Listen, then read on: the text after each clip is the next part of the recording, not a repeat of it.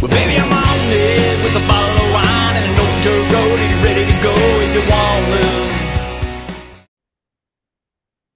Hey, thanks everybody for joining us today. Live Music Nation podcast, special festival edition today.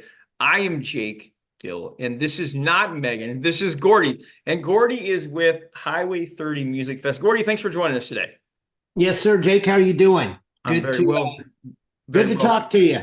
Give us a little background on you, Gordy. Where'd you grow up? Talk a little bit about your family and career. I grew up in southern Idaho. Actually went to high school in Kimberly, Idaho. Graduated. I always tell everybody I graduated in the top 50 because I think there was only like 48 of us or something in my class, maybe less than that. Graduated back in the 80s. Went off to join the Army.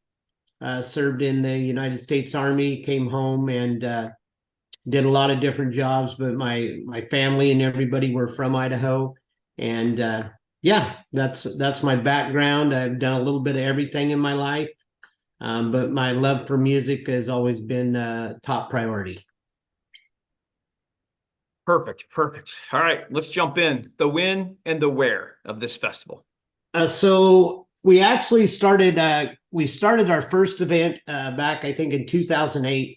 And it was started as a fundraiser in a mountain town in Fairfield, Idaho. And that's where the original one started. My wife now was then working up there in the school board. We were friends. She needed help raising some money for a school. They needed football equipment, needed some different things. So in 45 days, we put a festival together in a whole county of 1,500 people showed up. Mickey and Motorcars were the headliner that year. A couple other bands played. And we raised more money. We raised enough money that the school was able to do their football program and take care of other things that they needed. The community, there was lots of businesses that made more money in that weekend than they'd made all year. We did one the following year where they had Reckless Kelly and Making the Motor Cars called Sorry for Partying. And then the economy took a dump. And so we moved back out of the mountain town back down to southern Idaho, Filer, Idaho, where we'd both grown up. By that time, that friend had now become my wife. I wasn't going to get married. I was going to move to Texas and get in the music industry. The economy took a whack. I now had a baby, or we had a baby. Megan had a couple other girls. So now we had a family, and I needed to figure out things to do. As the economy got better, everybody kept saying, man, you need to do a music fest here in southern Idaho. And so in 2013, I went up to the mountains with a great friend of mine, Gary Braun of Making the Motor Cars. And we just went on in June, actually, of 2013. And we talked about lots of things and dreamt up. And I came up with the idea of doing a music fest. We found a place to have it, which was in Filer, Idaho, at the Filer Fairgrounds. It runs right, Highway 30 runs right next to it. And if you didn't know anything about Highway 30, it's one of the longest highways in the United States of America. It runs from the shores of New Jersey all the way to the shores of Astoria, Oregon. And it runs through all the pretty much, flyover states, hometowns, little towns. And that's where the name came up, and we called it Highway 30 Music Fest. All the bands started calling it Gordy Fest. So that's why we threw the Gordy on. It became Gordy's Highway 30 Music Fest. Very cool. Our first year was 2014, Jake, in Filer, Idaho, where we threw the first Highway 30 Music Fest.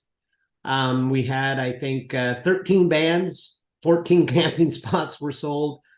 And we had one day on our first day on Friday, we had Little Texas was our headliner. On Saturday night, it was Mickey and the Motor Cars. The first day it was June, but it was I was out that night working the night before getting everything ready, and it was 90 plus degrees. The next morning it was like 49 degrees. About 300 people showed up the first day, about 700 the second day, and I was thinking, what in the hell did we do? But we kept working, we kept doing it, and 10 years later, we're 4 days. Last year was our 10th year anniversary in Idaho. We were 4 days, over 30 bands, and we had 850 camping spots, and we had about 40,000 people over the 4 days. So wow. We've been very blessed, and it's turned into a great deal. And then over the last few years, I travel a lot, meeting lots of the bands, going around finding them. Like we were bringing Lainey Wilson out before anybody knew who she was. Co Wetzel was coming out before they knew who Co was. Morgan Wade was coming out. Shane Smith and the Saints. We've had Aaron Lewis. I mean, you can go back through. We've had a ton of amazing bands, and we've just been so blessed. But over the last few years, I was always out traveling, going to Nashville, meeting with the agents, going out, finding the bands, going to different venues, seeing what we're doing right, see what we're doing wrong. And so we decided that we wanted to do something because Idaho was doing so phenomenal. We wanted to do something else. So over the last few years, I decided Texas was where to do it. We just needed to find a location. And last year we found a location of Texas Motor Speedway. And last October, we threw the first Gordy's Highway 30 Music Fest Texas edition at Texas Motor Speedway. We had about 40 bands. It was in October. And we had about 75,000 people come through there in 4 days. We had Zach Bryan was there. Gosh dang it, why am I Dirk Bentley, Co Wetzel. We're so blessed. And the man, the myth, the legend from the Fort Worth area, Cody Jinks.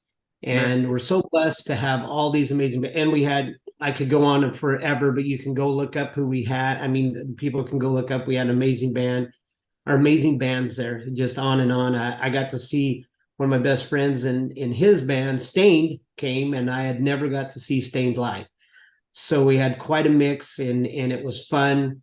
But something about Highway 30 Music Fest, it's named after me, but it's not just mine. It's everybody that shows up, the fans, the bands, the sponsors, the volunteers, everybody that comes. It's our festival.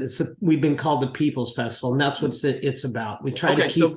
So go ahead. 3 questions that are going to really help people understand that, because you can tell us all the artists that have been there, and that's probably answer number 3. Let's go back to answer number 1 and 2. Number 1 is, what does the festival look like? Do people bring their own chairs? Is there seating? Those kind of things. So give them the visual of it. And then number 2, what does it smell like? Food is really, really important to our listeners. If they're going to travel and they're going to make plans, they want to know they're going to have some type of food they can't get anywhere else. And especially in Southern Idaho, it's got to be different than what you're going to provide in Texas. So we'll talk about food as well. So let's go back. Number 1, what does the venue look like? Describe In that. Idaho, it's a grassed area. It's on an over 100-year-old fairgrounds. We built the stage. We've done everything that was possible there. The first time we did it there, it was on an old stage that was, I think, 24 feet wide, 17 feet deep, and it had a caboose on the back of it that was a green room. Now we built a standalone stage. We've got misters over the top, and people actually in Idaho, on the first day, they come in, they're standing in line, and they come in with their chairs. And they set their chairs out on the outer area and kind of leave a pit in the middle, if that makes sense. But there's trees. I've hooked up misters now because some of the trees over the years we've had to take down because they were falling down, but we planted new ones. It's encircled with some buildings, but then has merch on one area. On the other area, you got a couple beer gardens. You've got porcelain bathrooms, which is amazing. Right, especially in the middle of nowhere. Yes, and so this is on this fairgrounds, like I say, and then the camping's all actually attached. It's right right outside the front gate is where the camping starts, and then it skedaddles through the whole fairgrounds. And we've got, like I say, everybody comes in. Kids 12 and under are free, so people come in. We've got music playing at the front gate. Monster Energy's got some things going. We got some blow ups. So you come in and you're welcomed into the festival. You walk in, if you hang a quick right, there's some bathrooms, you hang a quick right, you go down, there's vendors set up, local vendors that have one-of-a-kind things. We got food back there. We've got some barbecue, but it's done a little different in Idaho. We got Big Fatty's barbecue, and he does famous things, but we've got all kinds of amazing food. We claim we got some of the best corn dogs in the world there. And I've had guys like Sundance Head who claimed, I know corn dogs. I've had all the corn dogs, Texas State Fair. Well, our corn dog guy there makes his own thing. So we've got a touch of everything, and we've got some potatoes. We've had baked potatoes over time, but there's everything going on. The food's rolling, beer garden's going. And in Idaho, we do it a little bit different. We're in control of the beer garden. So we got a beer named Gordy's Golden Ale. And then we've got Anheuser-Busch is one of our big sponsors out there. But we do a 16-ounce $4 beer. So that kind of tells you right there. And then we've got specials on 12 ounces that are $3. And so we keep the prices down. We have a local winery, Holinsky Winery. They're serving their wines. They freeze some up and do like a wine slushy. We've got my custom hat maker, Chaz Mitchell, where it's the only music fest he comes and does hats at. We've got guy Colton Anderson, who's out of Texas, who does his jewelry. We've got nurseries. So we have all these people. So it's like to walk in, it's like you're walking into a big family reunion, because we've had people from all over the country. I think last year we hit every state. We may have missed just a couple again, but I think last year we got them. And so, and from other countries, they fly in. So you come in, these people set up, they set their chairs up back around some trees and stuff. And then we marked off an area where in front of that, you can't have chairs. And so that's where people come in, they stand all day.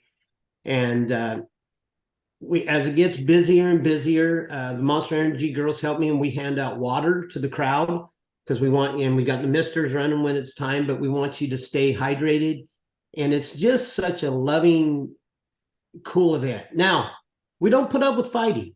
I'll talk about it. And I tell you from the get-go, I did it down here in Texas. I'll get right on stage, click on my God mic, and if you're being an asshole, I'm going to call you an asshole. No ifs, ands, or buts about it. If you're pushing, shoving, fighting, get out. We don't need you. You don't throw stuff at the stage. You don't throw beer on. You don't soak people. You know, we're there to love on one another, and, you know, peace and kindness. And that's what we're about.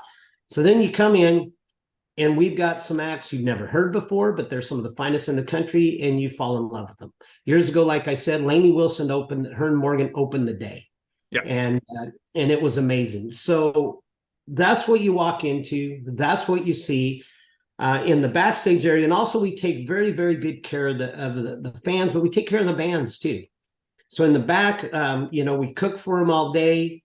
It doesn't matter if you're the headliner or the very opening act, you're going to get treated the same. We've got some different areas where our executives and sponsors, because without them, we couldn't do it. And so it's a whole different environment than any other festival you've ever been to. And it's hard to explain till you get there. Yeah. Now, I'm a veteran. I'm very back to blue, veterans, first responders. We do a military day where I give out coins. Last year we had an all women's day. It was our 10th year anniversary. Lainey headlined it, and it was all women, 8 days. Or I mean, not 8 days, but 8 bands. My daughter gets up and sings too. And on that day, we signed in 8 young ladies to the United States Army. And I had a special coin made for them, got up, they were signed in. And then on Co's Day on Saturday, we did 21 young men. So America, you know, God, family, country, that's what we're about. I've always said, you know, we keep our ticket when it goes to its highest price, it's still about $10 a band, you know, so I keep the prices down where you can afford them. We do where you can work shifts. We do all these things so that you can afford to do this, because, you know, times are tight. And that's why we do the kids 12 and under free with an adult, and so on and so forth. And like I say, we do different things throughout the week, different days. And it's a lot of fun. If you've never been there, and it's, you know, it's not just a festival, it's an experience. And I've always told the fans, you know, whoever, because they become family. Sure.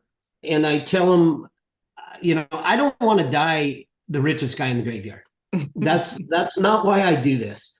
I do this because I want to be remembered as the guy who cared, the guy who made people smile, the guy who, you know, brought some joy and love and brought people together. There's people who show up at these festivals, and some of them came to Texas, and I see them once a year, and they look around for their friends, and boom, there they are. And they only see each other at Highway 30 Music Fest. And they hang out, and afterward, I mean, the after parties are unreal. They come on Monday, they leave on Monday. Some of them come Saturday, Sunday, help us set up. And the craziest thing, and I don't know, I'm sure you've been to some festivals. I'm sure you've been to lots of them.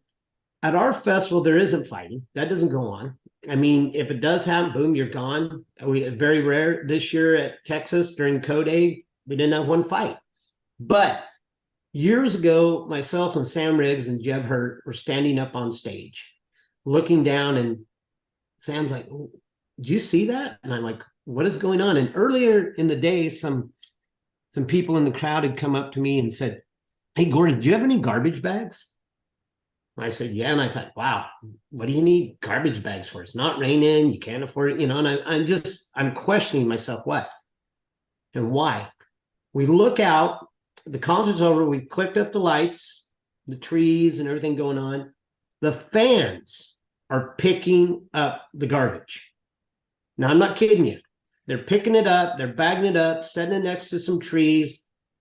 And on that Sunday, when everybody moved out, and not only that, the parking lot, the camping areas, clean. The only place you found garbage was if it had been thrown in the dumpster, the wind had come up and blown some. Yeah. That to me shows what kind of fans we have. And I can tell you story after story of people bringing their kids, letting their 16, 17, 18-year-old daughters go to these shows. That's because awesome. they feel safe. Yeah. And so how do people find out? How do people find out how to get tickets? What's your main source? Is there a website or a social media? We use the website, but we built this on a lot on good old Book of Faces, Facebook. So you can look us up, hwy30musicfest.com. Okay. And we're going to on the first of the year, you're actually getting in on some cool stuff because we're going to be doing a little bit of rebranding as we grow. So we're going to be changing up, and I'll let the cat out of the bag with you. You'll be the first to know. We're going to go to one website that everything will be inside of it. Yeah. And we're going to change up the website just a little bit, but Facebook, you can find us. Okay. And that's where to go. And right now, I don't know if this is airing when, but we've got special prices on the tickets in Idaho. They're still at $259 for 4 days. Okay. And Texas, we have a super special running on that for next October, and they're only $129 for 4 days. Perfect. We haven't announced any of the bands in Texas yet, and that's something else I do. People buy tickets before I ever announce the bands. Right. Now, Idaho is pretty much released, and you can go on our webpage, hwy30musicfest.com. Yep. And then hwy30tx.com. But like I say, but those are going to change. We're going to be announcing a big thing after the first of the year. The name will pretty much stay the same, but we're ready to grow. We're taking on, we're doing some new things. It's all about, man, doing something good and replicating it as it goes through there. Gordy, thanks for being on with us today. I appreciate it. No, thank you, Jake. Appreciate you, my friend. Well, baby, I'm on it with a bottle